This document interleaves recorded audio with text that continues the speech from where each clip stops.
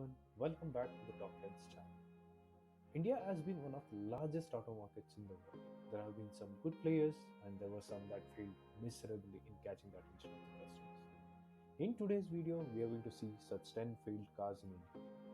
Before we begin, if you are new to this channel, please subscribe and share with your friends. At 10, we have Peugeot 309. Peugeot 309 lived only 3 years in India between 1994 and 1997. Its specifications were quite good, however, because the joint venture Premier Automobiles faced dramatic financial and labor problems, 309's after sales was not quite good, and there were not enough space available for the car during that time. Although the car came with good quality, it could not compete with Maruti or Hyundai. In the end, Premier couldn't stand still in the market any longer. They had to stop the Peugeot 309 production. Datsun Go Plus is at 9. Datsun had a slow start with its Go hatchback, which was exactly what the company's management had expected. Datsun launched the Go Plus, a more useful 5 plus 2-seater version of the hatchback, quickly enough to keep things afloat.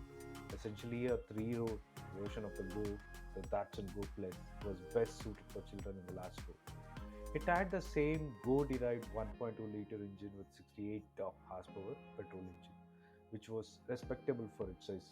The Datsun Go Plus, however, unfortunately suffered from the same problem as its 5-seater equivalent, the biggest of which was the extreme cost-cutting measures visible in its build quality.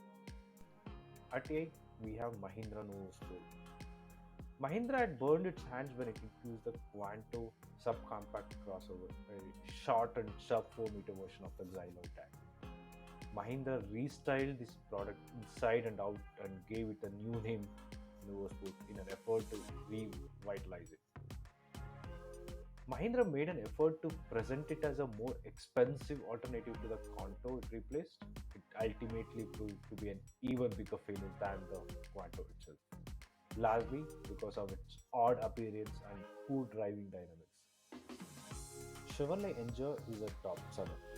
The Chevrolet Enjoy was another 3-row people mover that failed to make its mark in the Indian market. The Enjoy was introduced as Chevrolet's first MPV in the Indian market back in 2013, and while it had conventional rear doors, the Enjoy's overall van-like design was rather unattractive.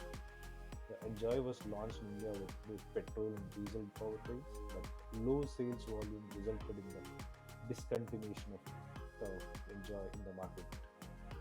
Moreover, General Motors decided to withdraw the Chevrolet brand from the Indian market in 2017. Subaru, or also known as Chevrolet Forester, is a top 6. A rebadged Subaru was sold as the Chevrolet Forester in India in the early 2000s. It was powered by a 2-liter engine which delivered 120 horsepower with a maximum torque of 178 Nm. The price tag of 14 lakh ex-showroom was too steep for this crossover, although it offered things like frameless doors among other things. The Chevrolet Forester was discontinued when General Motors sold its stake in Fuji Industries. Ford Fusion, popularly known as Ford Confusion in Indian market, is a top 5. It might be surprising for you to find a Ford car on this list, but not all that glitters is a gold, right? Ford Fusion Diesel had an amazing build quality, unique design, and very spacious compartments. It was powered by a 1.4-liter engine that delivered 68 horsepower at a peak torque of 160 Nm. However, the car's high price, which was around 7 lakh back then, was the main reason why it flopped. Consumers couldn't find a reason to invest 7 lakh money in this, and customer also reported that diesel engine made too much of noise which lowered its stature even more. So, despite having the strong Ford brand name, the Fusion Diesel turned out to be a flop car and was discontinued just 3 years after its arrival in 2007. Indian customers labeled the car as Ford Confusion because it wasn't worth the price of 7 lakh. One more Chevrolet car in the top 10 flop cars in India. The American brand Chevrolet launched a lot of cars in the Indian market which got mixed reviews.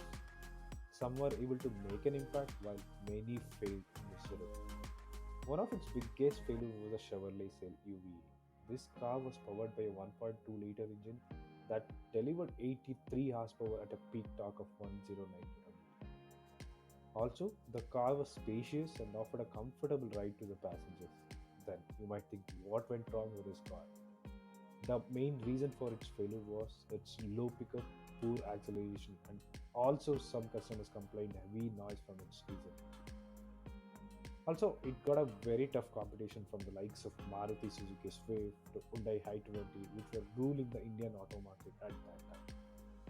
The company was able to sell only 279 units in the second quarter of 2015, which was one of the lowest in the auto market. By the end of 2015, the company discontinued its sale of the Chevy sale. Mahindra Quantum Z3. Indian auto giant Mahindra is known for its bold and muscular vehicles. Its SUVs are doing really well in the market now and are the first preference for any SUV holders. But not all rides made by the company were a huge success, and one of them was the Mahindra Quantum. This car gave a good performance with its 1.5-liter diesel engine, but the car's disproportionate design and unattractive rear looks were the reason why it flopped. To accommodate an extra two seats at the rear, the company had ruined the occupancy in the middle row. Due to such terrible design, the car failed to find any buyers in the market and it was discontinued in 2016. You'll be surprised to know that the car from Toyota brand is a top 10 list of flop cars.